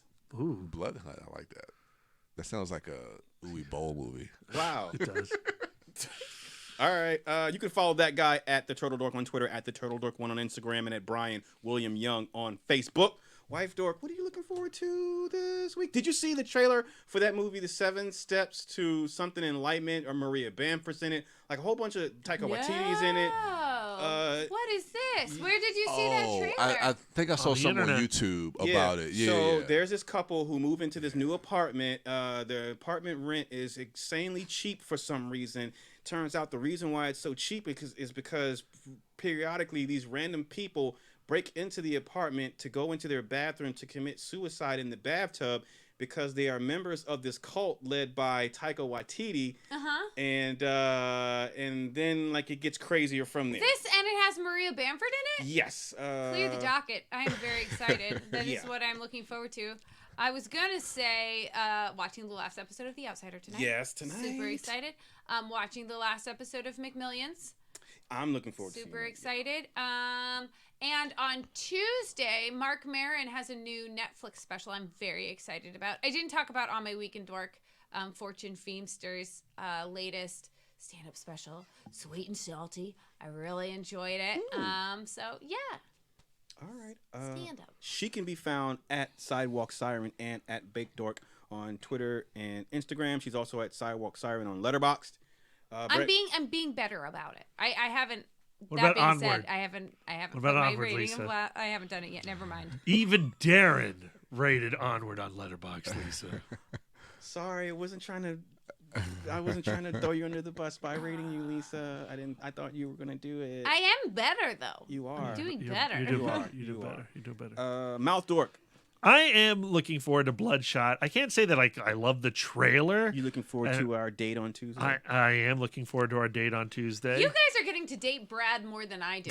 Look, Lisa, because I'm putting in more effort. Let's be real. I gotta get that's probably true. I'm super excited that I got on the DC press list and I'm going to see these screenings now. And it is an opportunity because a lot of them do offer guests. But unfortunately, but I you're work always working evenings. those evenings on Tuesdays. Son So of a sorry, motherless the other Lisa. dorks get to win out. I'm just going to keep an eye on your husband for you. Please do, because he is a piece. But I'm looking forward to Bloodshot. I did a reading list on Film School Rejects where I suggest all the Bloodshot comics you should read, whether this movie is good or not. I hope it's good. I hope I'm surprised by it. I'm probably even more excited about The Hunt. I've heard good things about The Hunt for the people who have seen it. You know what? We haven't mentioned this yet, but Tyler and Steven from Winchester, they do those PSAs for Lost Weekend. And we've got Lost Weekend 13 coming up here in 2 weeks. Well, they wanted to include ITMOD on a special PSA for the festival. And before we recorded this episode, we recorded that. And that was a ton of fun. And I am really looking forward to seeing our PSA up on the big screen. You guys get to see the inside of the Dork Cave. Yeah. So you come Oscar Award season time in the PSA category, you may be seeing our names. That's up right. there. That's right. And the way they do it is they do a different PSA for each day, and we are the third day, so we will be the Saturday PSA. That's the big day. It's the best day. Yeah. So come to Lost Weekend. Tickets are still available. Yep. It is the 19th through the 22nd. Coming up. You can follow Mouth Dork at Mouth Dork on Twitter, Instagram, Facebook, Letterboxd, and Untapped. And I am Darren Smith, the Disco Dork. I'm looking forward to Bloodshot. Looking forward to The Hunt. I'm looking forward to traveling to see Looky Lou, the Looky Dork on next weekend. It's our anniversary on Friday. It's not gross yet. Gross. Oh my goodness. After dinner in the movie, then it'll be gross. How moist is she? Oh my goodness, so moist. I'm not saying she's moist, but I'm just saying she's not Super unmoist. moist. Oh, Yeah, man. baby. You do Sorry. not know what you signed up for, Jennifer. You don't, but you're finding out now. That's what I'm looking forward to this week. And also tonight, watching the final episode of this season of Outsider and McMillions. Her and I are going to start that series next. You can follow me at the Disco Dork on all social medias. That is going to do it for us, ladies and gentlemen. Be on the lookout this Friday for a fistful of what? Hunts. Hunts. Like Ethan Hunt? Like Mike Hunts. What? Can Like you speak Mike Hunts? You're Can what? you speak a little clearer? Mike Hunts. Thank you. How many do you have? Mike Hunts. You have multiple? He's one of my favorite characters, Mike Hunts. Oh, okay. All right. We should also mention that we are having another session of the ITMOD Chat Club. Yep. You've missed it if this is Monday when you're listening to it, because it is tonight. We're talking all Denzel Washington films. But then next month, you have an opportunity to join us at the Alamo Drafthouse in Winchester, Virginia, up in the projection booth to be on the podcast with us. And talk about Mike Hunts, which is my favorite hunt. Oh, okay. In my fistful of hunts. Oh, okay. Mike Hunt. Wow, that's gonna do it for us, ladies and gentlemen. I'm gonna leave that alone. You leave that alone. You leave his hunts alone. That's gonna do it for us. Thank you all for listening. Check out my Enjoy hunt. the rest of your week. And until next time. God damn it.